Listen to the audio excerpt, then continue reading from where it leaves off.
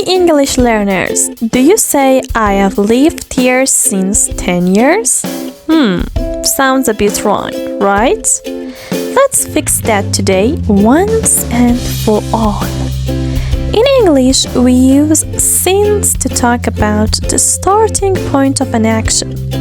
And we use for to talk about the duration, how long something has happened. Let's look at since. I have lived here since 2023. She has worked here since last Monday. So, since means from a point in time until now. Now with for. I have lived here for 9 years. She has worked here for 3 days. So, for means the amount of time. So don't say, I have lived here since 10 years. That's wrong. Say, I have lived here for 10 years. Or I have lived here since 2023.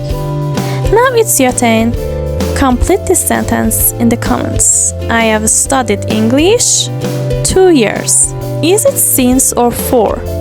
I'll check your answers. If this helped you, hit that like button and subscribe for more easy English tips every day. See you in the next one.